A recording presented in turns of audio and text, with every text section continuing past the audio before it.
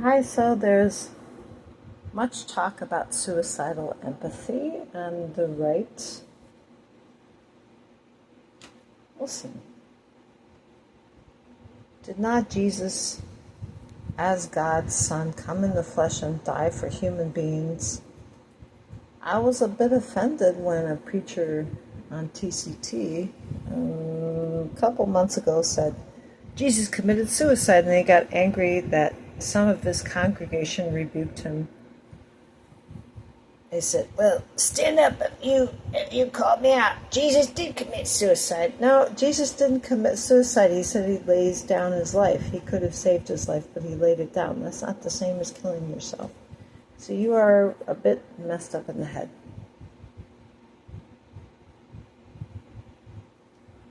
Nevertheless, for God so loved the world that he gave his only begotten Son, that whosoever shall believe in him shall not perish, but shall inherit eternal life.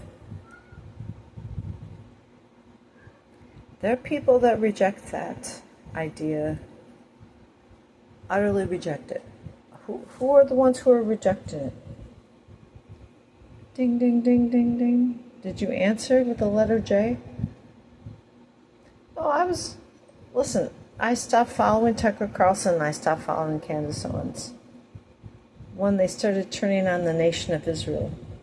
But I heard the other day that Jewish IDF people are going in and desecrating statues of Jesus in Lebanon because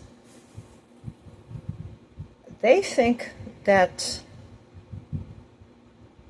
God's Son, dying in the flesh for us is not something God would do. And that's the same thing that the Muslims think. They don't believe that Jesus actually died on the cross. Well, you two have that in common, don't you? Enjoy the tribulation together.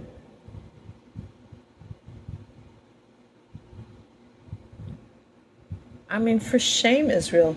It was about a few months ago, maybe 3 or 4 months ago, that Mike Huckabee called you out and said, you Jewish people are trying to prevent the sharing of the gospel. And Mike Huckabee is still part of the American administration. But of course, we kissed and made up, and we love Israel again.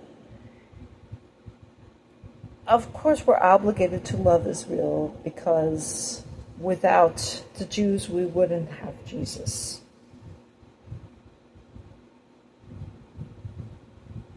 But I remember I subscribed to a magazine called Voice of the Martyrs years ago, founded by none other than Richard Wurmbrand, who's from Romania, a Jewish convert to Christianity.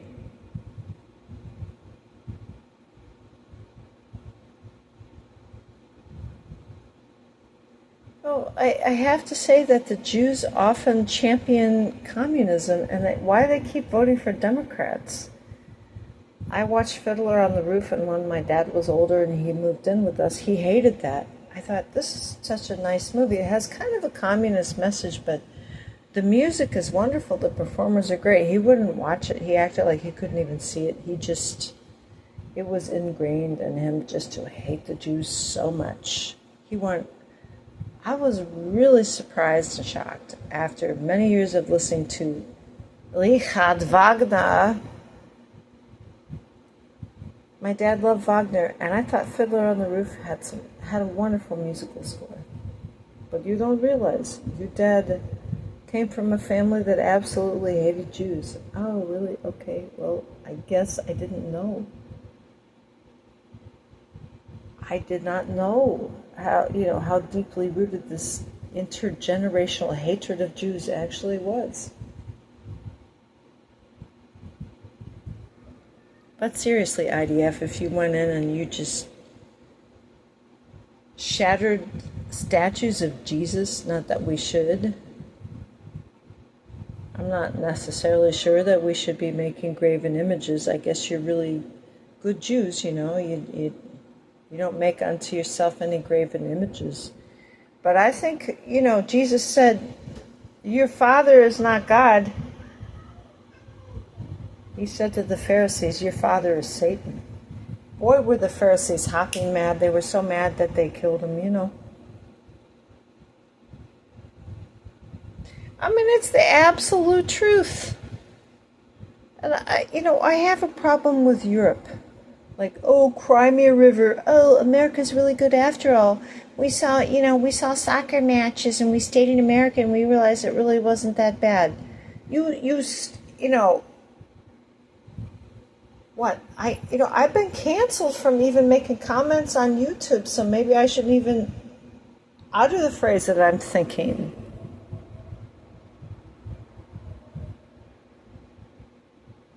How about these Euro trash people? I mean, it didn't bother you to trash Americans' reputation for decades, and then you come over and you're like, oh, I'm so entitled. I'm such a Nepo baby. I realize America really isn't that bad. The food is great. The hospitality is wonderful. I am not kissing your butt. No way. If I had a job, I would kick you right in the ass and say, get back to Europe and fix your problems. Because we fixed it for you. World War I, World War II, we ain't going to fix it again because the Antichrist is going to come out of Europe. Da-da-da-ching. Listen to Les Feldick and Alan Nolan, by the way. Of course, Les Feldick, in the 1990s, I was a young lady. I wouldn't have listened to that old guy with a bunch of old people in the audience. I would have thought that's like so nerdy, like he's just so uncool. Now, he's a very good instructor with regard to the Bible, weaving the Old Testament and the New Testament together. It's really good. He says that the Antichrist, he believed, he did pass away, I believe, at the age of 93, that the Antichrist would be an apostate Jew. Well, I mean, like, really, there's so many, like, could I volunteer for the lottery? Like, that's most of us. I know, right? Da-da-da-ching.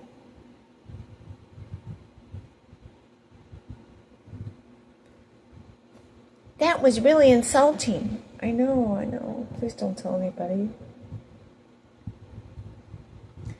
But Alan Nolan, on the other hand, interestingly, their ministries both emanated from Oklahoma, but Les Feldick originally was from Iowa, so I understand why he has such a different accent, as the British would say too. Alan Nolan, Les Feldick sounds more Midwestern, and he's more of the Frank Sinatra generation, whereas Alan Nolan is a little bit older than I am. Well, he sounds like he's from Oklahoma. I ain't getting that hillbilly, The nasal voice.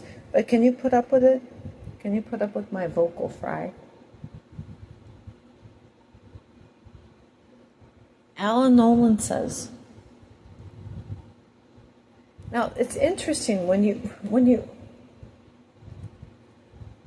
nobody has all the answers. I love Joseph Prince. I love Alan Nolan. I love Les Feldick. They are my top 3. I have some others lower down on the list, but still, they're my top 3. Why? Well, I could give you an explanation, but I really can't. It's a spiritual thing. Joseph Prince and Alan Nolan are students of the original Greek and the original Hebrew. Really intellectual people. Les Feldick was a very smart man, but he stuck with the King James Version throughout his entire teaching career. The King James Version. Sometimes he would use different words because he said, that was an error with the translators. King James was an English king, by the way. So we must thank Britain. Well, I know after they burned John Wycliffe alive, and he said, I'm paraphrasing, when he's dying, being burnt alive on the stake by English weirdos, John Wycliffe, who only wanted to publish the Bible in the familiar English language, he said, God, please help the king to repent. And a few years later, King Henry VIII did repent. The English are not, I'm so tired of them saying, oh, I got a boo-boo. You've been nasty people. You're getting your just desserts because I don't think you ever repented.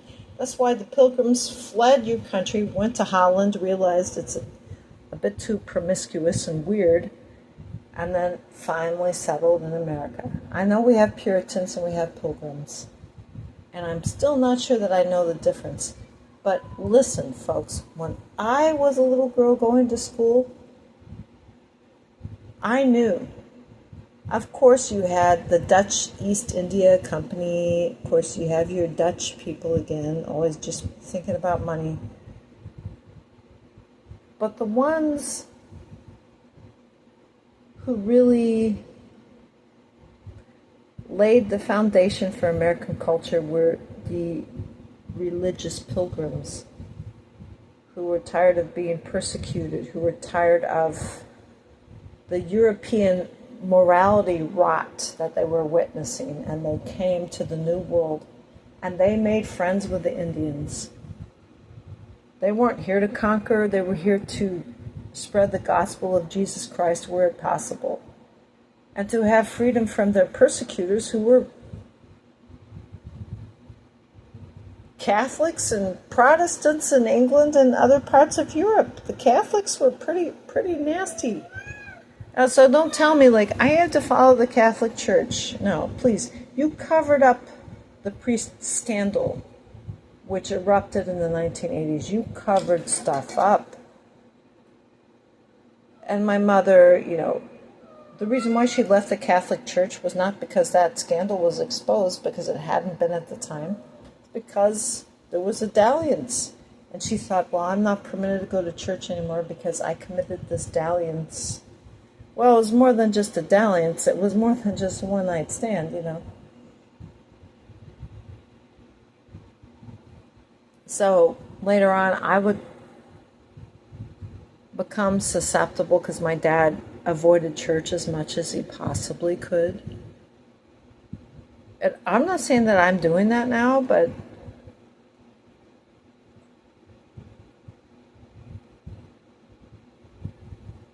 you could tell me who's had more mistreatment in church than I've had. Other than, I wasn't molested by priests, so that's great. But I've had so much mistreatment as a young wife and a mother with children, not drinking at all, not smoking. My greatest sin was being poor and being sincere. That's why they didn't want me in their church. I remember one time, I wasn't planning to talk to you about this, but why not? Just came to mind.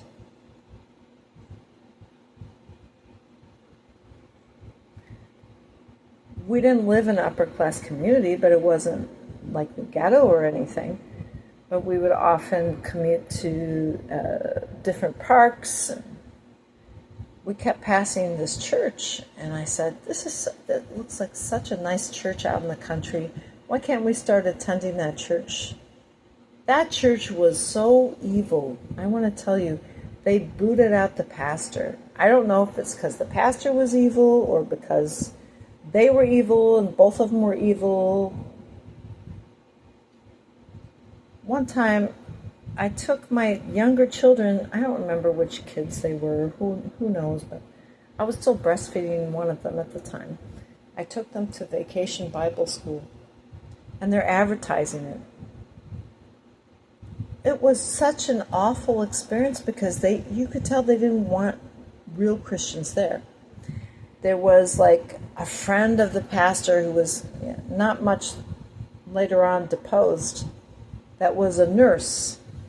And I didn't want to breastfeed my baby in the hot car because I didn't have air conditioning in my car. It's like Europe is experiencing a heat wave, right? Okay. So you understand. I'm breastfeeding not because I'm a poor person. It's because I have read and I have learned that breastfeeding is beneficial to the baby. Stop meowing at that cat. Leave her alone. Stop it, stop it, stop it. There's a cat that's trying to menace another cat. Sorry, I had to intervene a little bit. Okay.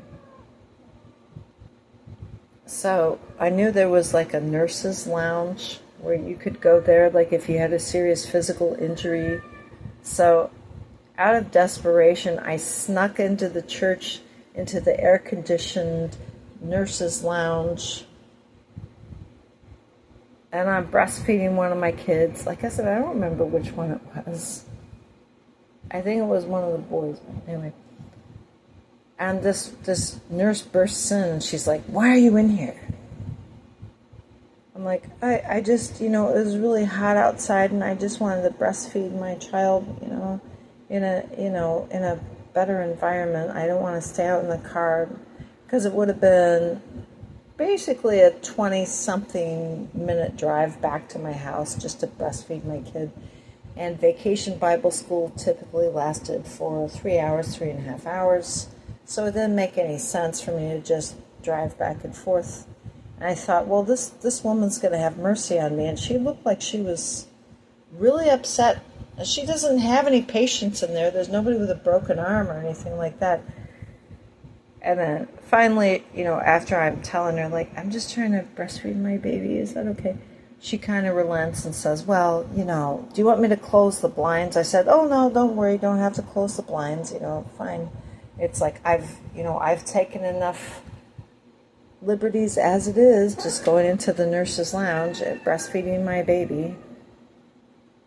It was not a nice church. I want to tell you. I could tell you more, but why? Why? Am I some sort of like, will you stop bothering that cat? No, stop it. Stop it now. Stop it.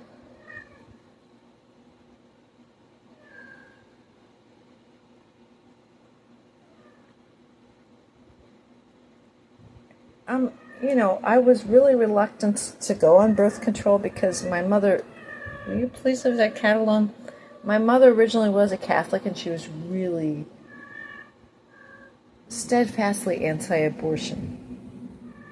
Later on, she kind of mellowed. She said, well, it's really wrong when the baby's really young to abort it. And she also told me about her female co-worker teacher that forced her teenage daughter to have an abortion, and the daughter went insane. She said she was never right in the head since.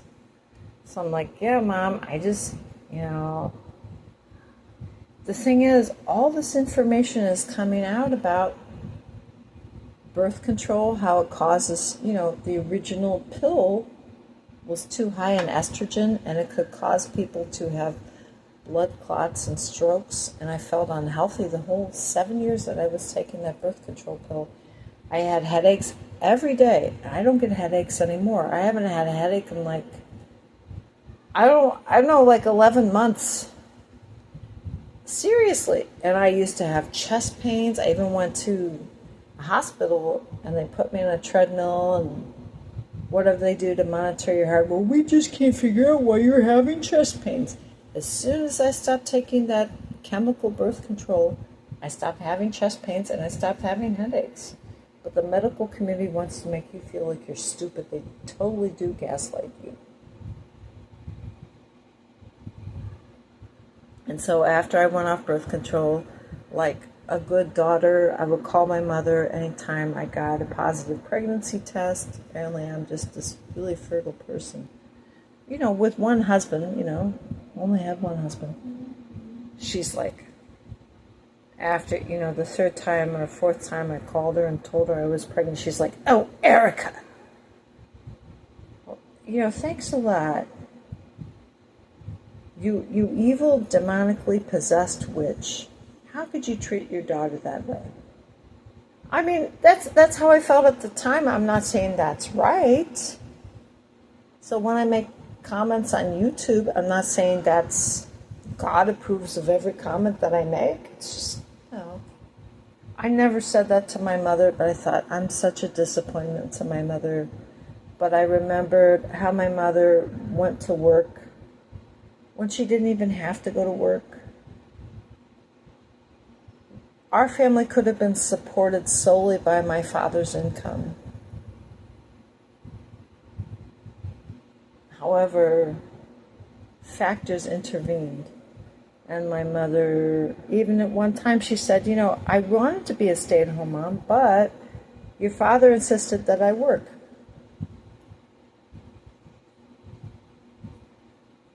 Not having my mother stay at home with me was such a terrible thing. No wonder I didn't turn out correctly. I had all these different babysitters, and weird things would happen at these. I had so many different strange adult babysitters. I don't really know. It's like that Cranberry song, zombie, what's in your head? Like, how can you give me to 57 different caregivers? Are they paying you? Are you paying them, or are they paying you? To this day, it's like a question mark floating around in the atmosphere.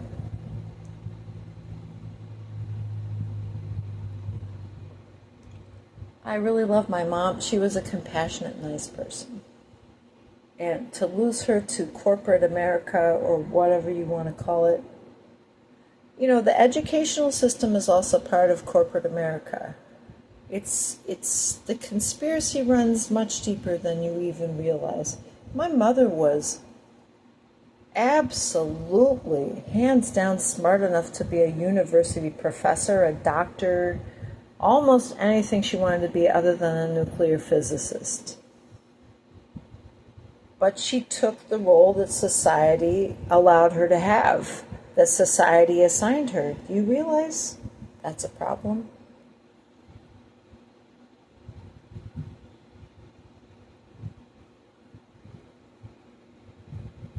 And so to this day, I'm still struggling. You try to tell people, professional people, about your problems. I tried to tell Mom, hey, I'm being bullied and my teachers are stupid. Some of them are really stupid. It's like, well, she's part of the establishment. I can't say anything. Well, why am I whining? Why am I crying when other people have had it so much worse?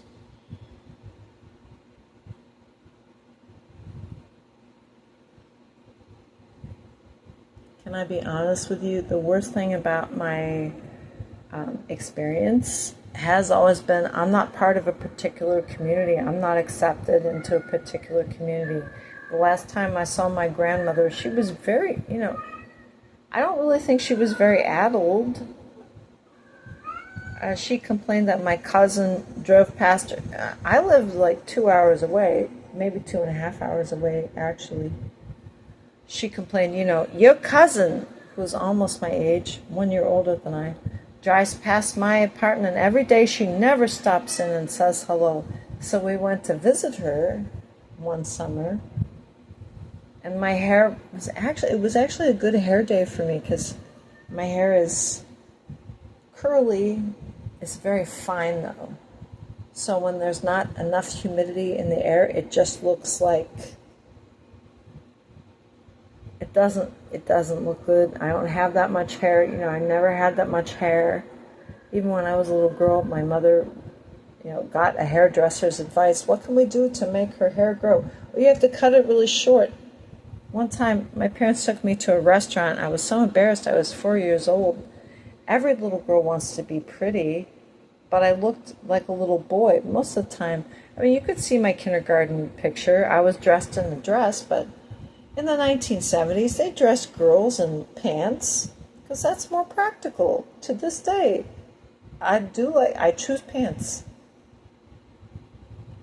But I was so humiliated. This woman in the restaurant was a kindly old lady. She meant well, kindly old white lady. She said, "What an adorable little boy you are." I'm like, "I'm a girl." I was so embarrassed. Oh. So just don't always take your hairdresser's advice. And my mother, she had hair similar to mine, but somehow she could go blonde successfully, and I haven't been able to do that. And maybe that's been such a big thing. I have too much Irish in me. Whenever I try to dye my hair blonde, initially it goes red and it'll go yellow. It will never go blonde. It looks like I'm wearing a clown wig. So I do choose red hair because I love red hair, not clown red hair. I always admired red hair. I was thought, I think red hair is the most beautiful color in the world. I just admired it. I had classmates who had naturally red hair. I just thought that is just so blazing beautiful. So, yeah, I do choose to dye my hair red these days, but a couple of months ago I got into a bit of an argument. You could say, oh, you instigated it. Listen, I'm not going to be instigating anything. But trust me. But, the lack of respect for parents in this culture is so terrible. It is such a demonic disease.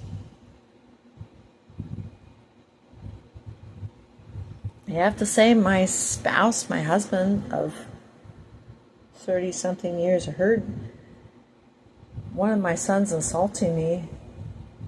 Two of them insulting me. He didn't intervene. He didn't say anything. He said, one of them said, "We know you're a closet lesbian."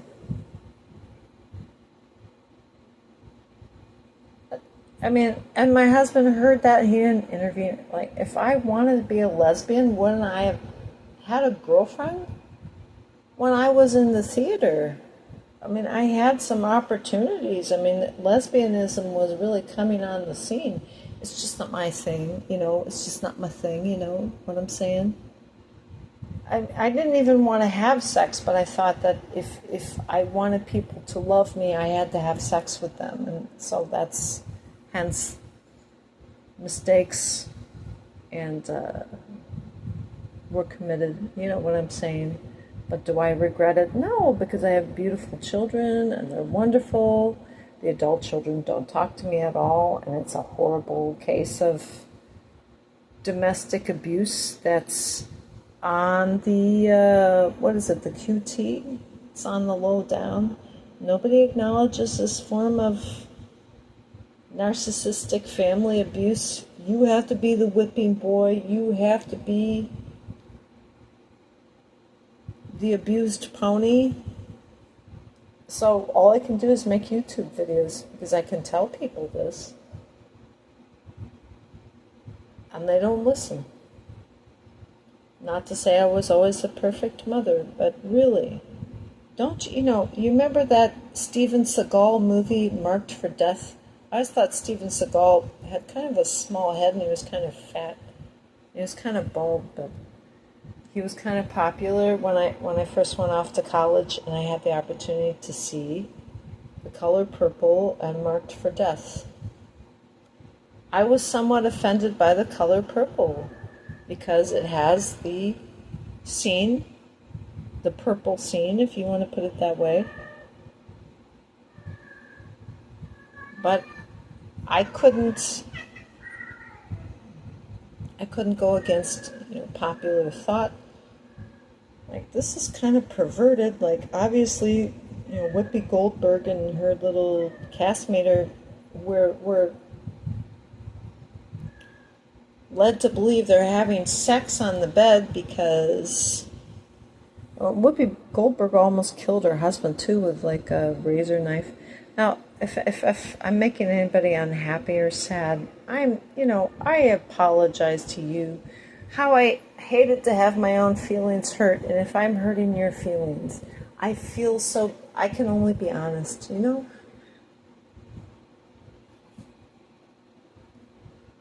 Years later, after I got a degree, even from Liberty University, I couldn't get hired to even just do anything. I had an MBA from Liberty University. Not to say I was great at math, but I wrote some acceptable papers, and I had a pretty good grade point average. I was frustrated because the only job I could get was given to me by a very nice black lady that was tutoring black students from a different part of the city. And they were really nice to me when I was visibly extremely pregnant. But once I had a baby, one of the two T's turned on me and became really vicious. They thought I was stupid. To this day, I really don't think I'm stupid. Look at my GPA. In most of my classes, I did get an A. But I never learned French. I couldn't help people because I learned German. Because my family really made a big deal out of learning German. I feel as if I could learn any language if somebody took the time to teach me the language. If I had married a foreign person, I could have learned their language, but I did not learn a foreign language other than a little bit of German. And I was almost the most useless person in the world trying to tutor these kids who were black and kind of racist. I mean, most of them were, even some of my coworkers were racist, and I know the white lady in charge of the whole program was a leftist. She's one of those NGO people, but I'm not naming names. It's like, I was like, why can't I help these black kids? I thought they wanted help. I thought I could help them. Maybe because their teachers were stupid, I tried to tutor them and point them in the right direction. And there was, like I said, there's one coworker that he was black and he was shorter than I was. When I wasn't in these sessions of tutoring, I would go to the cafeteria. By the way, I had taken classes from this establishment, Columbus State University. So I actually was an alumnus. He pretended he didn't see me at all. Like, he didn't even recognize me. He wouldn't even make eye contact with me. Do you call that racism? Do you think that guy hated me because I was white? Like, I wish I could be so white that white people would like me, I wish I was Dolly Parton, the buxom blonde with big boobies. There was a man from Ghana who was very nice to me, but I acted kind of awkwardly with him because I was married at the time. All I wanted was friendship. I didn't want to have an affair with anybody. But I did have some nice conversations with him. But this American guy, he was younger than I was, by I don't know how many years, not my generation. Just, it's so painful to walk into the cafeteria and recognize him and try to give him a friendly hello, raise your eyebrows. He doesn't even make eye contact with me, as if I am the spawn of Satan. And I remember he used to really kind of like schmooze some of the, one black girl in particular, but she was a bit light-skinned. He would schmooze her. He would be polite to me in the classroom setting, but outside the classroom setting, he would totally ignore me and diss me.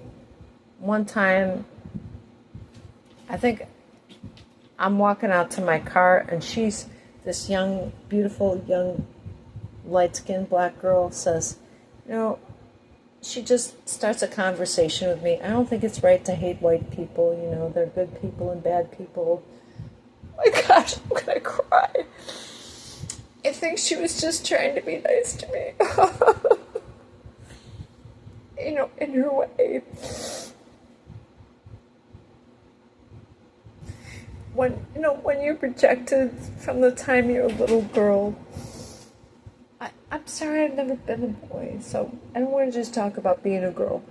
When you're rejected from childhood, even by your own parents, I could tell you many more things, even by your own relatives. Even when you get older and you earn college degrees, and people think that you're just some sort of a discardable entity, not a human being. I mean, the fact that she just came up to me and started talking to me about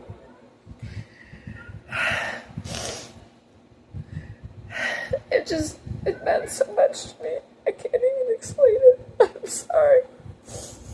Get your act together. This girl didn't even know me, but I want to tell you one more thing before I let you go.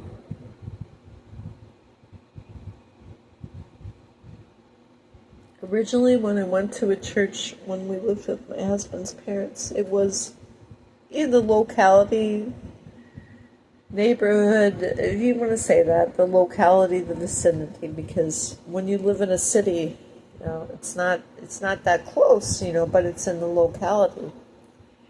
And I felt so passionate about the pro-life, the pro-life thing, that I would volunteer, even though I had several children myself, and I was not a rich person by any means. I volunteered, and my gosh, I can't believe I'm going to start crying again.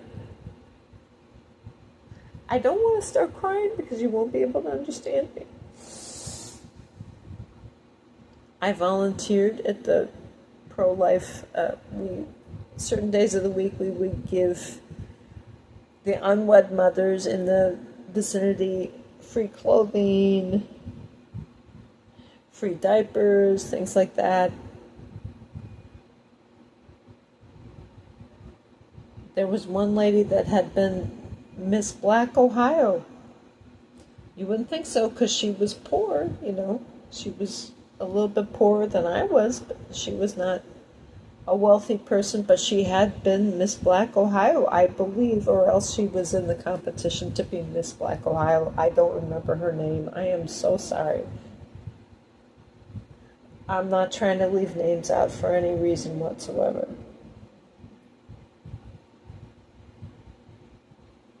Turns out it was only a little time later. She had come, when she was pregnant, she came into our Baptist church basement, and she got free clothing, she got free diapers, she got free maternity clothing, she got free baby clothing, she got free diapers, she probably got free bottles, free formula.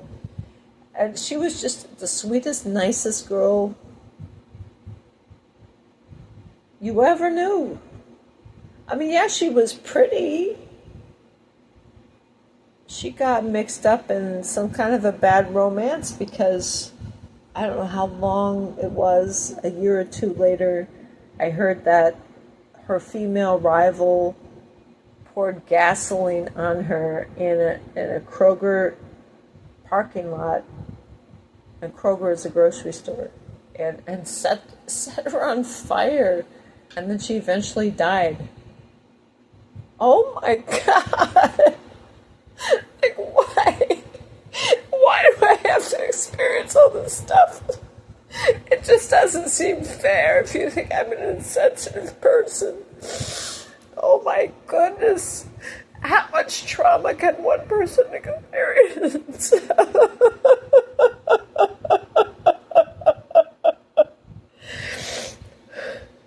So, please don't think that I'm an insensitive, mean person. YouTube might have kind of silenced me a little bit. Well, just let me post this video. We need to embrace Jesus.